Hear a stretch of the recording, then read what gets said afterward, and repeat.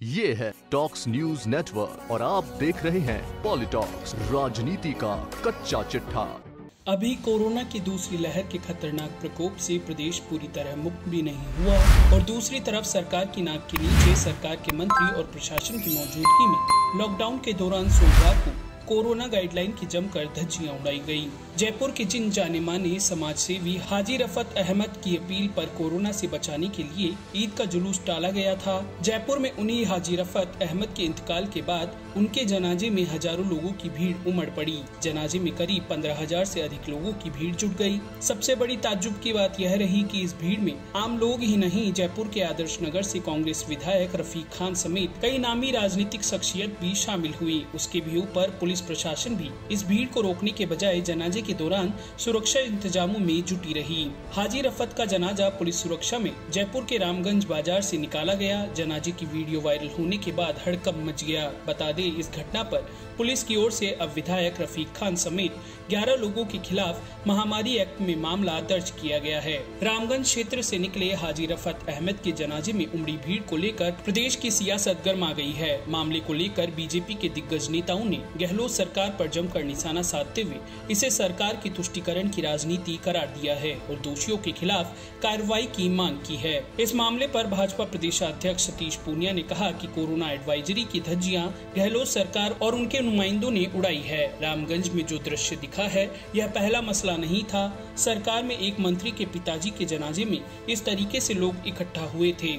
ऐसी अनेकों घटनाएं कांग्रेस के लोगों की उपस्थिति में हुई है। कांग्रेस जिम्मेदार लोग शादियों में बिना मास्क के शिरकत करते थे, जिसकी वजह से संक्रमण बड़ी तादाद में फैला और इसे सरकार रोक नहीं पाई। लॉकडाउन के लंबे लंबे नाम रखे गए, लेकिन अनुपालना सख्ती से नहीं हुई।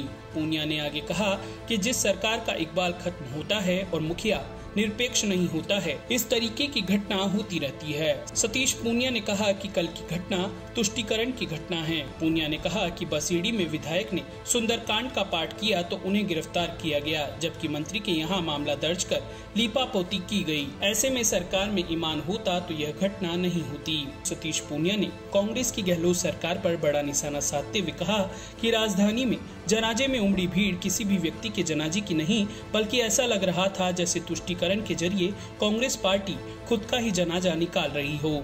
वहीं नेता प्रतिपक्ष गुलाब चंद कटारिया ने कहा कि रामगंज में अंतिम यात्रा में जनप्रतिनिधियों की मौजूदगी में जिस प्रकार से सरकार की नाक के नीचे राजधानी में हजारों लोगों की भीड़ उमड़ी, हम सरकार से जानना चाहते हैं फिर ईद का जुलूस क्यों रोका गया। हमारे मुनि की मृत्यु हुई थी और गांव में उनके अंतिम दर्शनों के लिए लोग आए, तो उन्हें भगाने के लिए आपने दुनिया भर की पुलिस लगा दी। धर्म तो सभी के रूप में समान होते हैं। एक धर्म विशेष के लोगों को इस प्रकार की छूट देने की सरकार की मानसिकता क्या बताती है? क्या दूसरे लोगों की धर्म गुरुओं के प्रति आस्था कम है, इसलिए नहीं आते? सीएम खुद देखें कि उनके जनप्रतिनिधि इस प्रकार के कार्यक्रम में उपस्थित रहते हैं। सीएम ने जो कोरोना की गाइडलाइन बनाई, उसकी धज्जियां उड़ी हैं। वहीं जयपुर ग्रामीण सांसद राज्यवर्धन सिंह ने कहा कि मरने वालों के प्रति हम संवेदना प्रकट करते हैं, लेकिन जनाजे में जो भीड़ उमड़ी, यह तुष्टीकरण की राजनीति है। अलग अलग समुदाय के अलग अलग कानून हैं। ये कांग्रेस की राजनीति रही है। जहाँ जहाँ कांग्रेस की सरकार रही है, वहाँ वहाँ ये लोग तुष्टीकरण की राजनीति करते हैं। राज्यवर्धन ने आगे कहा कि कल हजारों की संख्या में भीड़ उमड़ी, इसका खुला सबूत है। कोविड खत्म नहीं हुआ है और न ही कोविड समुदाय या धर्म देखता है। कानून सभी के लिए समान होना चाहिए। तुष्टीकरण की हम खिलाफत करते हैं। पॉलिटॉक्स ब्यूरो, जयपुर। ये है टॉक्स न्यूज नेटवर्क और आप देख रहे हैं पॉलिटॉक्स, राजनीति का कच्चा चिट्ठा।